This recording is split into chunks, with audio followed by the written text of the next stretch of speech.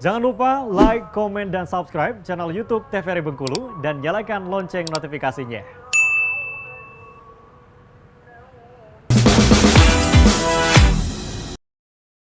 Balik lagi di Opini Obrolan Pas di sini. Nah, pemirsa masih bersama dengan Mem Ana di sini dan mau melanjutkan keseruan tadi yang tertunda ya Mem ya. Bagaimana sih agar kita bisa membiasakan agar lebih dekat dengan bahasa Inggris. Tadi kata Mem mulai dari kegiatan sehari-hari dulu. Iya. Mulai dari 3 kata ya Mem. 3 kata. 3 kata apa yang dilakukan di ketika wake up, bangun tidur gitu. Itu apa gitu Mem. Iya. Nah, itu gimana lagi Mem tipsnya Mem? Kemudian ada kita tuh mungkin kalau langsung kita ngasih tahu mengajarkan kosakata itu mungkin kayak kesannya lebih kaku ya. Bisa jadi misal di kelas itu ada salah satu anak kita yang hobinya menyanyi. Iya. Ada yang hobi menyanyi. Kita boleh tanya, kebetulan yang saya ajar itu ada, mohon maaf ya, dia setelah pulang sekolah itu apa namanya ngamen apa ya ngamen. Ngamen. Misalnya pernah saya ketemu di pas makan sate, saya ketemu pas saya toleh dia gitu kan. Gitu ya? Dia suaranya bagus gitu kan. Terlepas nanti benar tidaknya secara pengucapannya, dia pernah saya dengar dia nyanyi berbahasa Inggris. Nah, kebetulan saya ngajar di situ. Nah, saya panggil lah dia. Coba kalau kemarin mendengar kamu nyanyinya di warung sate, sekarang mau lihat kamu nyanyi di kelas. Coba. Nah, setelah dia menyanyi itu, saya tanya anak-anak yang lainnya, tadi yang kamu dengar apa yang diucapkan? 3 kata saja. Apa? Misalnya kamu dengar tadi love, 1, kemudian apa lagi darling.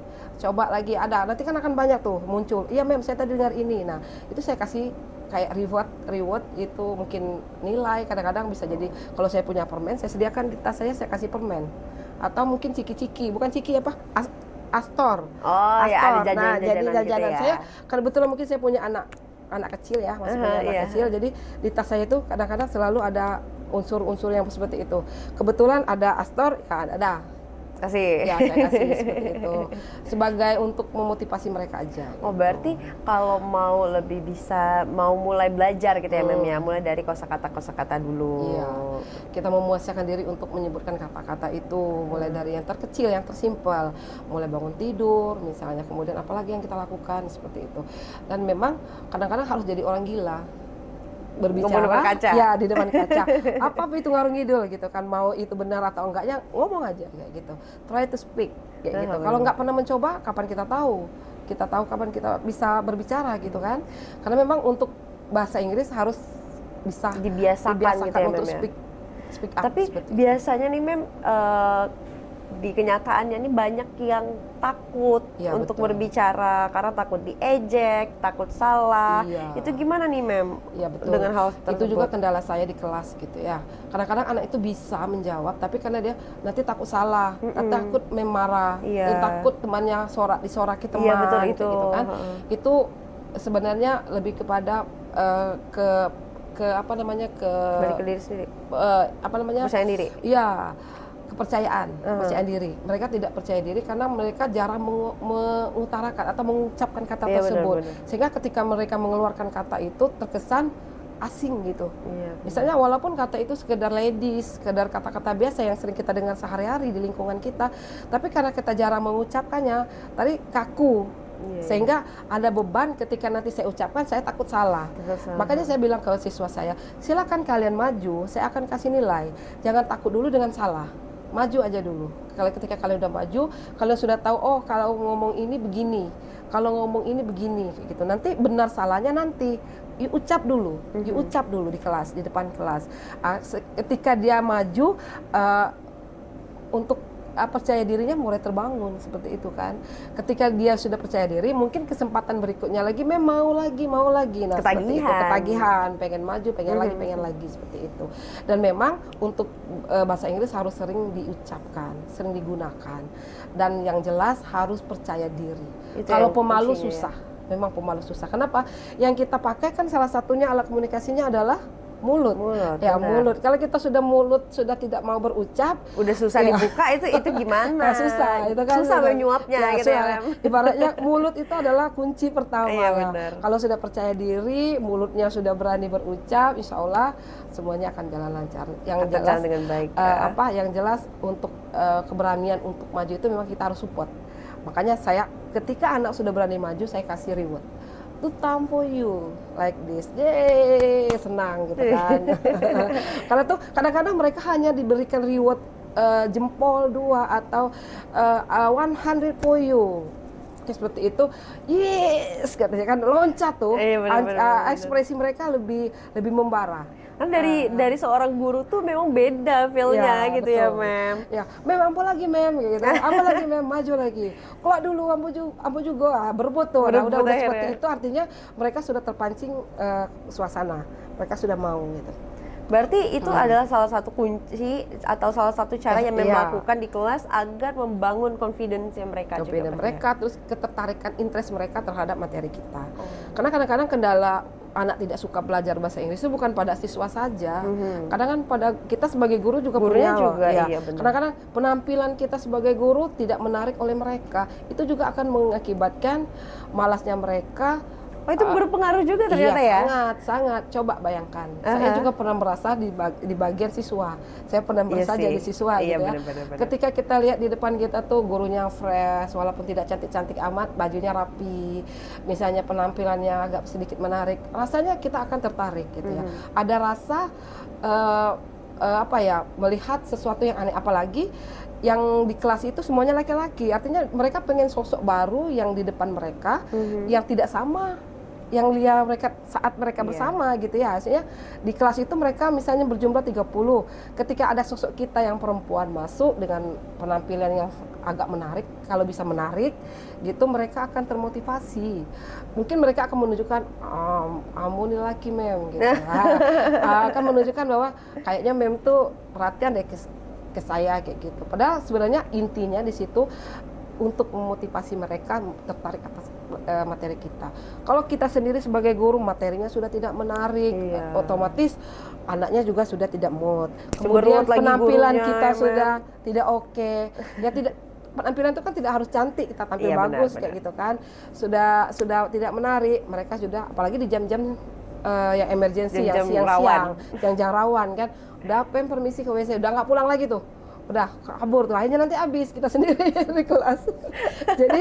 jadi asalnya untuk mendukung keberhasilan suatu kelas untuk mencapai confident lah, untuk mencapai anak aktif di kelas, tidak hanya kesalahannya pada siswa yang tidak mau belajar, akan tetapi kita sebagai guru juga introspeksi diri untuk kita bisa menarik perhatian anak untuk bisa enak nih Mem nih, walaupun kamu tidak bisa bahasa Inggris tapi kamu suka kayak Mem nih misalnya, atau enak lihat Memnya rapi kayak gitu. Setidaknya sudah ada nilai plus dari anak didik kita. Ini luar biasa ya Memnya, artinya benar harus diperhatikan semuanya gitu loh, semua lini.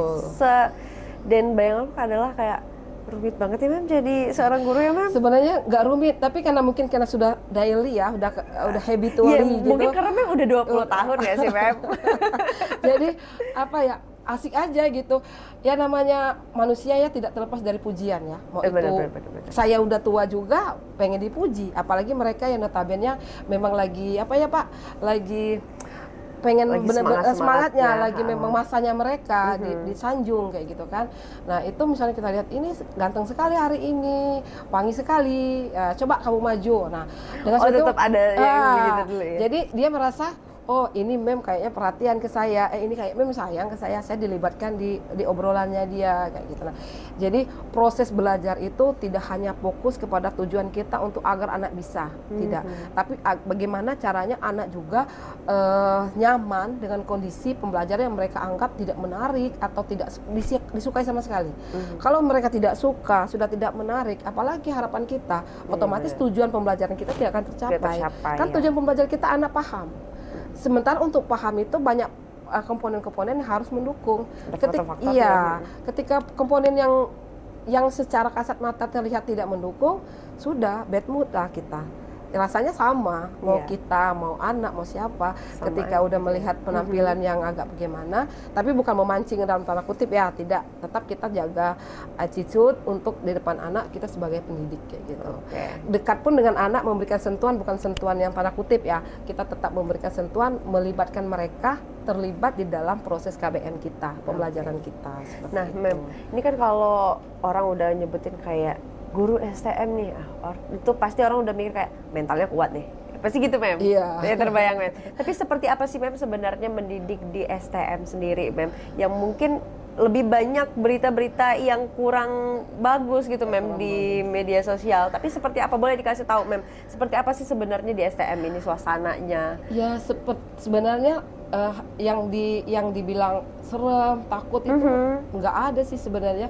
Bahkan anak-anak kita, anak SMK 2 itu banyak loh yang berprestasi. Ada yang kemarin ada yang juara di Mapel PAI, pelajaran agama Islam, ikut finalnya ke Jakarta. Ada juga yang ikut lomba LKS sampai diutus ke Makassar, diutus ke Lampung, kemana seperti itu.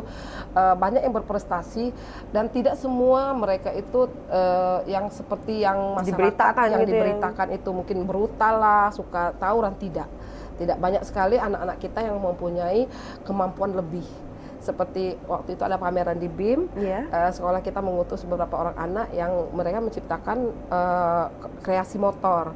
Jadi ya mungkin untuk di sekolah lain mereka tidak punya kemampuan di situ, kita punya itu. Artinya sebrutal-brutalnya pandangan orang di luar, kita masih bisa menciptakan karya gitu. Kita masih bisa jadi utusan sekolah untuk lomba keluar, utusan sekolah untuk menjadi yang terbaik Banyak di luar. yang berprestasi juga Banyak sekali. Bahkan ada hafiz Al-Quran juga di situ. Itu dia. Nah, jadi kalau dibilang kalau bawaan anak STM tuh mau berantem, mau tawuran, mau apa itu sebenarnya itu nggak ada.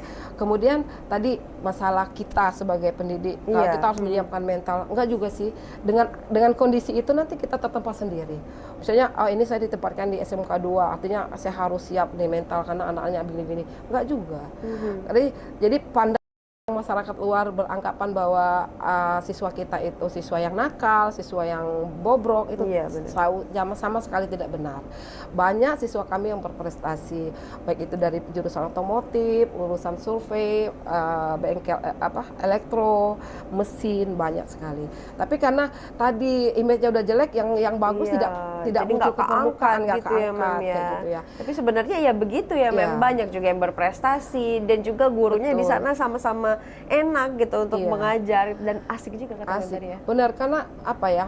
Karena kadang-kadang mereka anak-anak kita ini kan lebih ke lapangan ya. Karena namanya pendidikan vokasi terutama di SMK sekolah menengah itu pembelajarannya itu lebih kepada sistem praktek. Jadi disitulah guru bisa membina, memberikan edukasi lebih pendekatannya secara efektif, secara intensif kayak gitu ya. Karena mereka lebih ke praktek.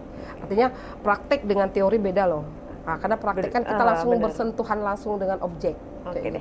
Nah, Mem, nanti kita lanjutkan lagi. Sekarang kita jeda dulu ya, Mem ya. Untuk pemirsa jangan kemana-mana, tetaplah bersama kami di Opini Obrolan Pas di sini.